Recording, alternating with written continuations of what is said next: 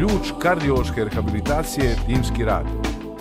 Osim uobičajenih kardioloških alata, kao rehabilitacijski centar poseban naglasak imamo na terapiju tjelesnom aktivnošću. Tjelesnu aktivnost propisujemo kao lijek. Moduliramo programe za čitav niz pacijenata, od jednostavnih do najsloženijih, primjerice nakon transplantacije srca. Primjenjujemo individualiziran pristup baziran na medicini zasnovanoj na dokazima. Otvorili smo sportski laboratorij koji su prepoznali mnogi renomirani biciklistički timovi i čitav niz izvrsnih sportaša. 2018.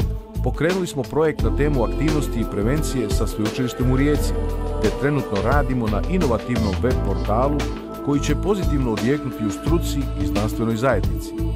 Izgradnja motivacije i sigurnost u programiranju treninga naš je imperativ kao referentnog centra za kardiološku rehabilitaciju.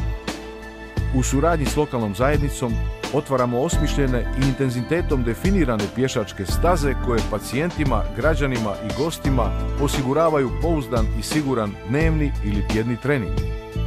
Uspješnost i progresivnost lako je postići s timom koji je talentiran, ambiciozan, željan učenja i napretka. Ne podižemo samo kvalitetu života, mi ga prevencijom mijenjamo i produžujemo. Naš put je dug, a želimo da svaki korak nešto znači. Nije dovoljno samo ići da bi ostvarili pomak. Nije dovoljno stremiti tome da smo različiti, već je važno napraviti razliku. Mi nismo samo izvan okvira. Mi smo ispred okvira. Mi smo kardiologija koja čini razliku.